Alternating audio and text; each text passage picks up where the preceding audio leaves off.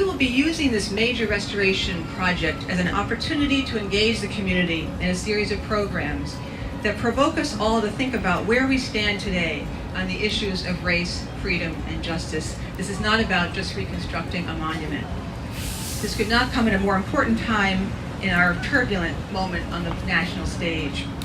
This fall, we're sponsoring a community conversation with several national figures to talk about the power of monuments, what the Shaw 54th says to us today, and how monuments can be used as vehicles of communication for good as well as for ill.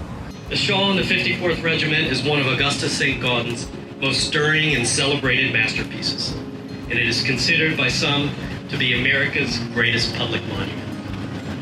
When dedicated in 1897, the Shaw Memorial stood alone as a monument to the true meaning of the Civil War.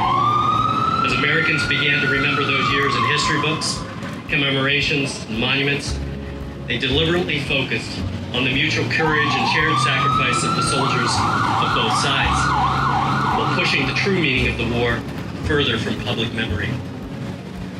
But as Frederick Douglass said, whatever else I may forget, I shall never forget the difference between those who fought for liberty and those who fought for slavery. The Shaw Memorial does not let us forget. Major General Quincy Adams Gilmore, the 10th Corps commander and the commander of the Southern Department under which the 54th served, ordered his command to be integrated, and that black units were not to be assigned menial tasks. His name would be given to the Gilmore Award for Valor and struck as a medal, and 4 members of the 54th received the Gilmore Award for gallant conduct during the assault on Fort Wagner, South Carolina, where numerous members of the unit and their commander, Colonel Robert Gould Shaw, were killed. At the conclusion of the Civil War, the members of the 54th returned home to face discrimination and economic hardship in a society that had yet to begin shedding the underpinnings of white supremacy. In the 153 years since the end of the Civil War, much has changed in America and in the military. Yet we still grapple, as a nation, with the vestiges and echoes of injustice.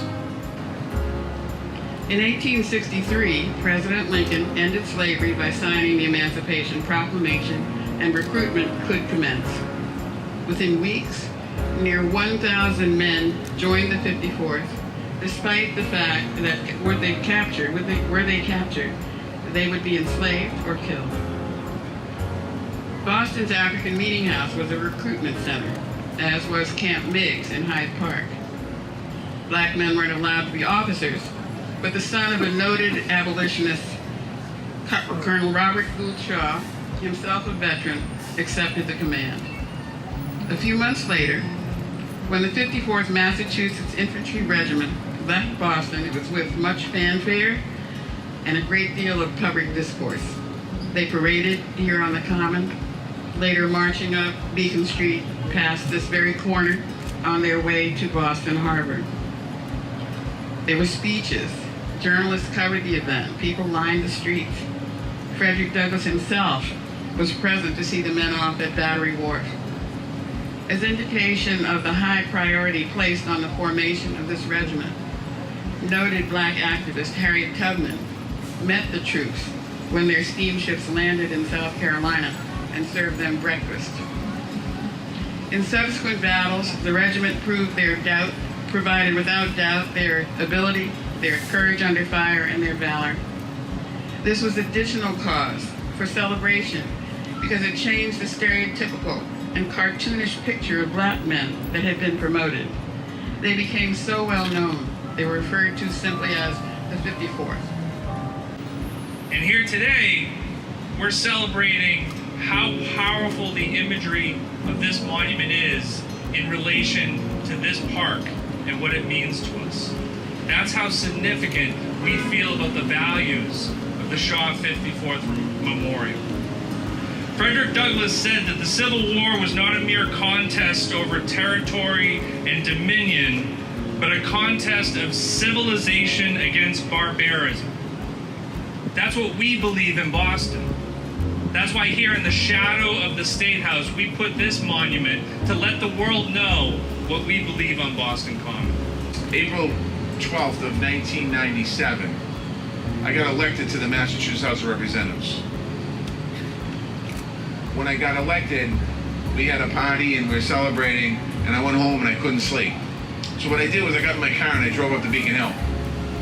And I parked in front of the State House. And to one side of me I looked and I realized I couldn't believe that a kid from Dorchester, son of immigrants, could get elected to the House of Representatives. I was very excited. And I looked to the other side, and I wasn't thinking it that night, but I'm thinking it today when I was sitting here. The men that portrayed in that piece of art are the ones who allowed me the opportunity to be elected as a state representative in our free society here in Boston. So I want to thank you all for being here today. I want to thank everybody who made this memorial possible, and I look forward to coming back and we're unveiling, but unfortunately, as Liz said, there'll be fences around here as we're fixing the memorial, but I think when we're unveiling, there'll be fences around here as we're fixing the common, so we'll figure it out later. Thank you.